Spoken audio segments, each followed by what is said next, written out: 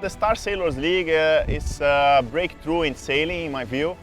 You know, as an athlete, you're always looking for good guys to race against, and here within the 20 teams you find most of the best sailors in the world.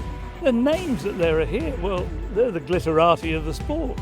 We're fighting hard to get a spot in the Star Sailors League final. The Star Sailors League final is without doubt one of the best events that's been brought into our sport for a long, long time.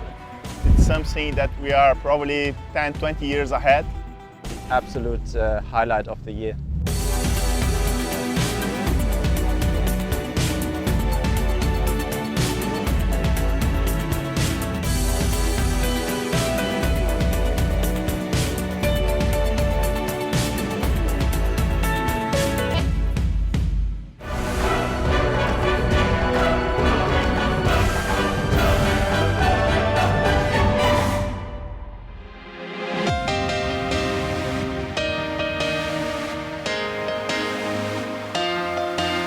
The Star Sailors League final in the Bahamas is creating a stir in the sport of sailing. This regatta is based on pro tennis. You qualify for the event, then proceed through the tournament to the quarterfinals, semis and finals in a knockout format. Whichever team wins that final walks away with $40,000, part of the respectable $200,000 prize fund, one of the biggest pots in sailing. For the Bahamas event, 12 teams qualified through the year by earning points on the innovative Star Sailors League ranking table. They include top skippers like reigning world champion Robert Staniek from Germany. I started when I was 6, so I grew up in former East Germany, and everybody was doing a sport. I just started in sailing, and I was successful when I was young, so I kept going, and here I am. Since 28 years I'm sailing around the yellow marks. The league also ranks the top crew, like the much loved and extrovert Italian Sergio Lambertenghi. I'm still sailing because it's still great fun for me. I mean, I prefer to sail a bad day than get a great night in a discotheque or in a bar. And despite campaigning in the Olympic laser class, one of the most highly respected sailors in the world is also ranked. 5-time Olympic medalist Robert Scheidt from Brazil. I describe myself as a hard-working guy, a guy who likes to be in the nature a lot, and somebody who, you know, since my early days, my dream was to become Olympic champion, and I achieved that. So I have a good sense of accomplishment, but I still think that I can do more. So that's what drives me forward. Robert has 2 Olympic gold medals and a silver in the laser class, and a bronze and silver in the star with his crewmate Bruno Prado. They won the first SSL final in Nassau in grand style, decimating a top quality fleet with incredible starts.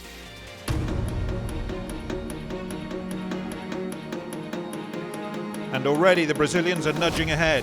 Scheidt has consistently picked the 3/4 point down the line, and somehow he's managed to clear just enough room to nose into clear air. This is a masterclass in fleet starting, folks. There's no two ways about it.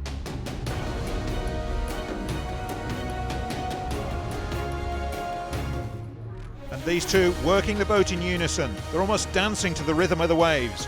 Bruno and Robert are in constant motion. Robert really working that main sheet. He never stops. If you're an aficionado of great sailing, well, I'm sorry to wax lyrical, but this is pure poetry.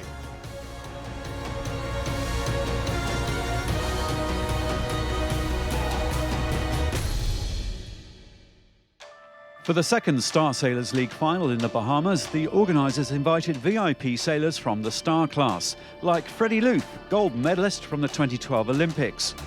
Freddie hasn't stepped foot in a star since then, and he's back with his old crewmate Anders Ekstrom. There's a lot of good sailors here, obviously, and for sure it's going to be close racing. I don't know how long the course are. I think they're about an hour long. Not super short, but no, it's going to be close racing with all these great sailors.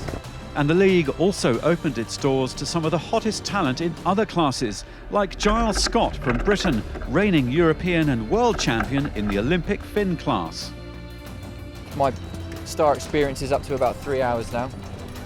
but the boats are great, and you know, everyone's super friendly and willing to help out. So yeah, I mean, I'm looking forward to starting to race, and we'll just have to see how it goes. A special invite went to one of the all-time round-the-world greats, Torben Grael from Brazil, winner of the 9-month 2008 to 2009 Volvo Ocean Race. Torben is another well-known sailor with 5 Olympic medals to his name, 2 golds in the star class. I think it's going to be very interesting. A lot of action with the strong winds and a lot of things happening. Short course especially. And with this field of extremely good sailors, I think it's going to be very exciting. Grael has been out of the star for many years, but his younger friend Guillaume de Almeida persuaded the Grandmaster to have a crack, no pressure. Torben and Guillaume's presence was much appreciated by the fleet. Olympic silver medalist Luke Patience comes from a traditionally lighter class for sailors, the 470, but he was game on nevertheless. The boats I'm used to are small and nippy, and you can get to places quite quick, whereas these boats just take a little bit more time. They're a lot heavier, you can't just spin them on the spot, and I was looking at the start line as if I was in my 470 and not in a star, so I just need to kind of recalibrate. The Star is a keelboat with no spinnaker, designed in 1910. Perhaps its most distinctive feature is the huge mainsail area of 26.5 square metres. The length is 6.9 metres or 23 feet, with overhangs bow and stern. But compare the mainsail size to a laser dinghy and you get a feel for the sheer power that drives a Star forward. This fleet of 40 sailors, paired into 20 teams, count 20 Olympic medals to their names, an impressive tally for any sporting competition.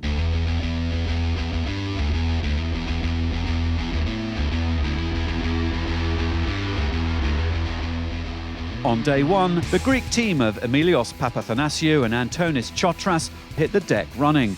In race 1, they battled in a 3-way drag race to the line against Ivan Melleby from Denmark and his American crewmate Mark Struby, plus Mark Mendelblatt and Brian Farty from the States. Can you believe it? Race 1 going down to the wire. Any one of these crews could pick up a wave and surf their way to victory. This is what the SSL is all about, and who'd have thought we'd be kicking off with such a nail-biter?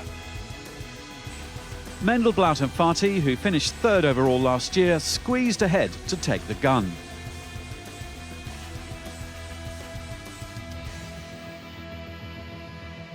Race 2 saw Frenchmen Xavier Rohart and Pierre-Alexis Ponceau in the mix, with the usual suspects, Germans Polgar and Coy, and Italians Negri and Lambert-Tengi.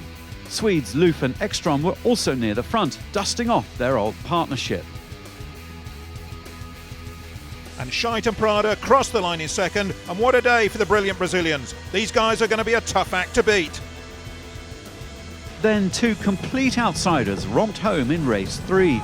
George Zarif, 22, a Finn sailor who'd never sailed a Star before, with his experienced crewman Henry Buening. These boys from Brazil had beaten some of sailing's biggest names. It's amazing. I mean, I'm 22 and I'm sailing with the legends of the sport. Robert and Torben are the greatest Olympians from Brazil ever. So it represents a lot to sail against them and have an opportunity to fight against them. Day 2 belonged to Mark Mendelblatt and Brian Farty. They won races 4 and 5 by huge margins, then just pipped 2nd in race 6 in a photo finish. Well, it's an unusual position for us to have a 10-point lead over Robert.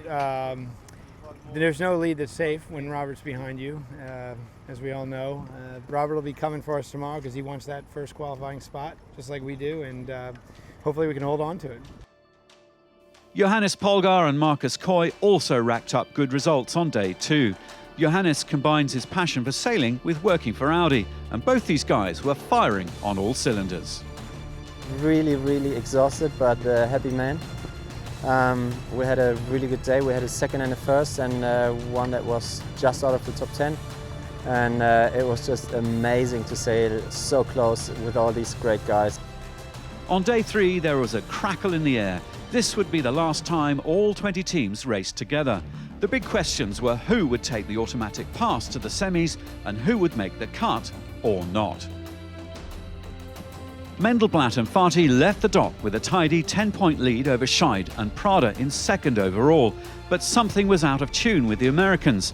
They scored 3 middling results, an 11th, 11th and a 9th, which saw them slip down the leaderboard. It's disappointing though, I got to admit, today was not a good day for us. We were really looking strong in the first race and we fouled out at the top mark, had to do 2 circles. So that cost us a lot, and actually in each race we were in great position on the first beat, but just managed to let it slip away. We were on the wrong side of some of the shifts, and it's pretty disappointed about the day, but we just got to refocus and just do what we got to do tomorrow. Reigning Olympic gold medalist Fredrik Lööf with his old crewmate Anders Ekstrom hit their competitive stride with a sensational first, second and first. You know, we just had a solid good day. Won the first one with quite a lot. Second race, we actually, I gambled a little bit. I didn't really like the way I put it in the start, but we were just fighting our way through. And I mean, I think we had only 3 boats at the first mark, and then we were second in the race. So that was really, we made that one into a caper and then a solid third race. So yeah, it was awesome. So here are the top 11 who go through. Lööf and Ekstrom jump to the semis. The rest will battle in the quarters. 3 VIP guests have made the cut: Scott, Gaspich and Zarif. A remarkable result for Olympic-class Finn sailors. The crews who didn't make the cut include Papathanassiou and Chotras, Volvo race vet Torben Grael and 470 silver medalist Luke Patience. These fine sailors still have a part to play, inspiring the next generation. We'll show that in a few minutes, but for now the stage is set for some sizzling racing in the quarter-finals. We'll be back with commentary and analysis. Do stay with us.